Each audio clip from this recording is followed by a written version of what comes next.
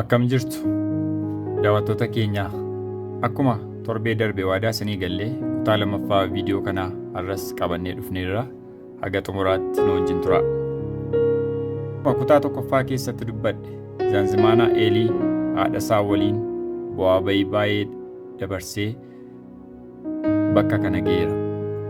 Kana qofa utuu hin taane hawaasa keessatti akka namaatti utuu hin taane akka bineensaatti ilaalamaa ture.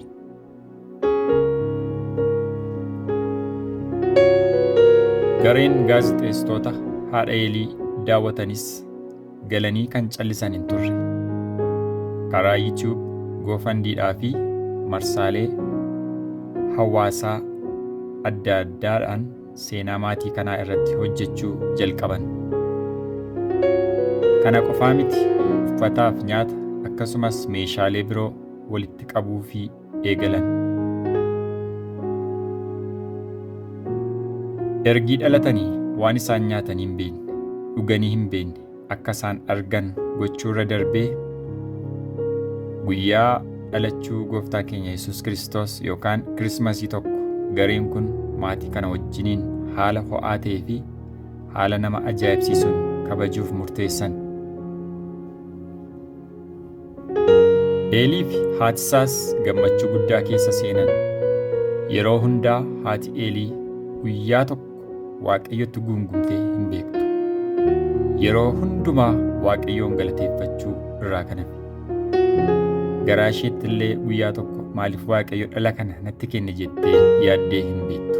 Sababiin isaa kutaa tokkoffaa keessatti akkan dubbadhe mucaa kana kan naaf kenne Waaqayyodha jettee waan itti amantee jirtuuf.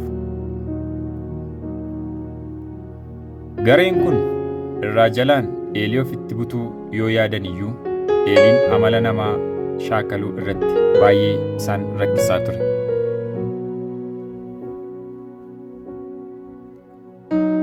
Seenaan mucaa kanaa addunyaa hundumaa bira ga'e.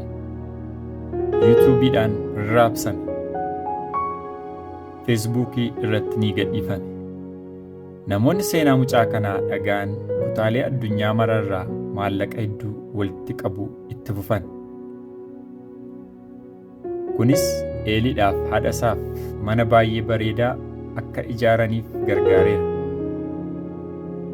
Haati Eeliis gaafa mana kana argitu gammachuu guddaadhaan boosse.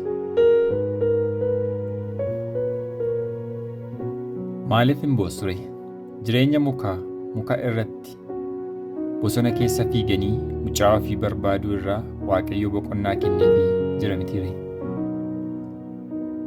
Kana qofaa hin turre maallaqa namoonni buusaniif harka isheettis keessa kana qofaa hin turre maallaqa namoonni buusaniif harka isheetti keessaa kennaniif.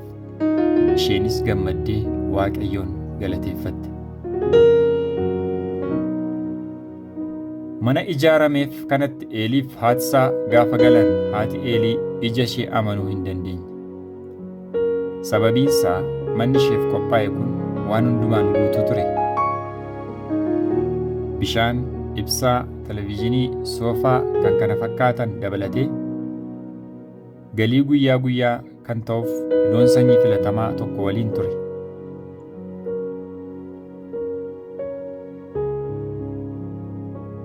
Eeliinis ta'e haati Eelii takkaa ibsaa waan fakkaatu arganii hin beekan.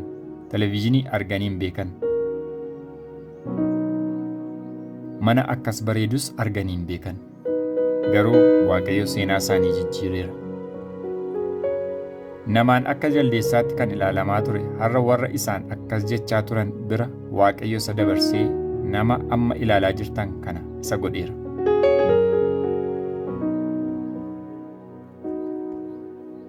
Dur kan namoota fagootti yeroo argu baqachaa ture Eeliin amma namootatu gara isaatti fiigee isa ilaala. Ilaaluu qofatu hin taane suuraa waliin ka'u. Warri isa jibban, warri jaldeessattiin jechaa turan, warri akka namaatti isa hin ilaalle amma isa jajuutti ka'an. Amma isa malee namni hin jiru jechuutti ka'an.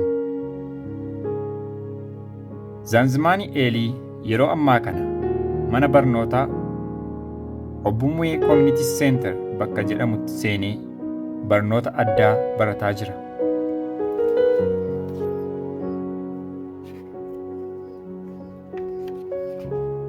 Jireenyi Eelii kanarra jira.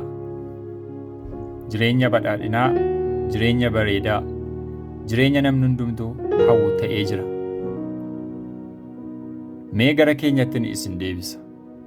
Nutoo namoota dadhaboo rakkoo wal fakkaataa akkasii qabaniif namoota guyyaa guyyaan argaa oollu kan maraatuudha jennee dhagaa walitti guuraa oolluuf maal gochaa jirra?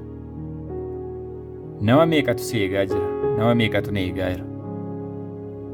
Naannoo kee, ollaa kee, ganda kee, biyya kee keessa nama meeqa guyyaa guyyaan sammuunsaa sirrii miti jettee yookaan jennee itti qoosaa oolla? Haati Eelii waan Waaqayyo isheef kenne Ameen jettee fudhatte. Nutoo utuu fayyaa qabnu meeqan keenyatu guunguma? Waa'ee fayyaa qabduu yaaddee beektaa? Waa'ee jireenya qabduuf Waaqayyoon galateeffattee beektaa? Waa'ee mana qabduuf Waaqayyoon galateeffattee beektaa? Waa'ee gaa'ela qabduuf Waaqayyoon galateeffattee beektaa? Waa'ee jireenya keetiif itti yaaddee beektaa?